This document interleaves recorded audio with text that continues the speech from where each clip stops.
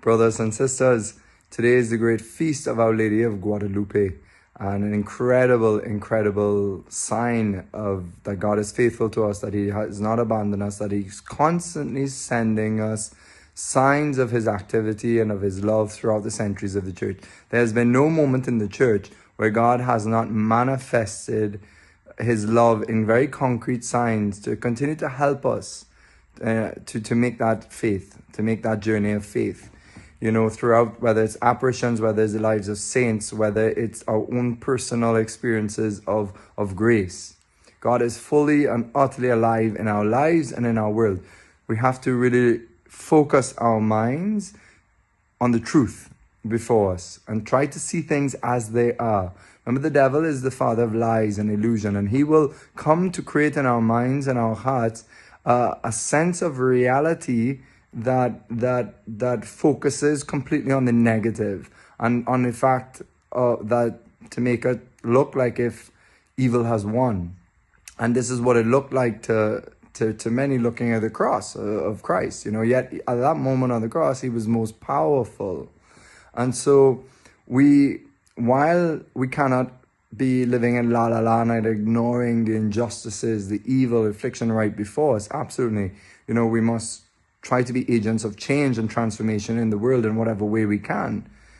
However, we must remember the truth that God has won, that Jesus has won, that God has always won, and Jesus has the power to conquer our weakness and our sin and the destruction of our life. And yes, even if things look like tragedies right now on this side of the fence, there's eternity. And so God rewards the just. God always has the last say, you could say. And He's turning all things for the good for those who love Him, all through the disasters and everything. Are preparations for eternal life, which is what really, really matters.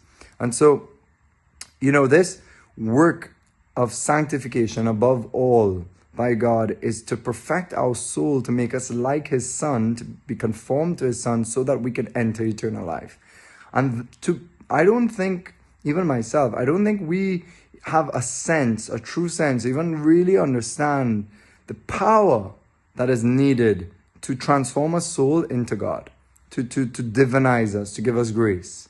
On our side, God has made things so easy for us that we could maybe forget the extent of what it is to go from being a sinner to become a saint.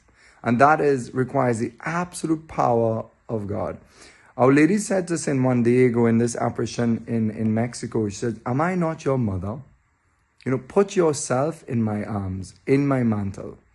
Feel my embrace." See, Mary is such plays such a central role in this work of sanctification for us to become saints. It's the greatest tragedy in our lives if we settle for spiritual mediocrity. We must fight against evil and fight against laziness and mediocrity, fight against our desires and appetites that may pull us towards earthly things and lead us to a very earthbound kind of life, as opposed to a heavenward bound life. Spiritual perfection is the task of all of us with God. Now, it's His work, but we cannot and should not put any, I should say we can. We can put an obstacle, but the point is, we should not put any obstacle in view of this great work of God turning us into saints. And so, but this work requires tears. It requires struggle, and it's full of joy. It's full of His presence, His abiding, accompanying presence in this work of sanctification. But I guess the point is, let us not underestimate what it means to become a saint, and precisely the kind of things we must find distance from in life. Across the whole board, about the ways that the Lord is calling us to live. Let us not take for granted. Let's not waste any of His graces. Let us ask for the grace of like these saints who cried over the fact that they lost grace. And while they cry, they still had peace, because then they immediately, as much as they cry, they put that peace and their trust into God, who would forgive, renew, and restore. But basically, let us move forward with this conviction that, we really have to live with the right perimeters, the right compass, the right orientation, that we're really living for eternal life and preparing our souls for that. And so Archbishop Martinez says, mighty is the work of sanctification.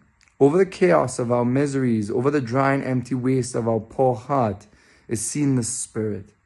And his fruitful breath causes a richer and more beautiful creation to arise than that which sprang forth in the beginning of time from the hands of the Almighty. A holy soul.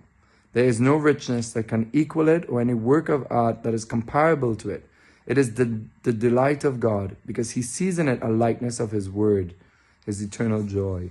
So this is it. God made this first creation, but now there's this new creation to make the soul seeking enlightenment with Christ, enlightenment with God, to live the life of love. And that is a work of power, God's power.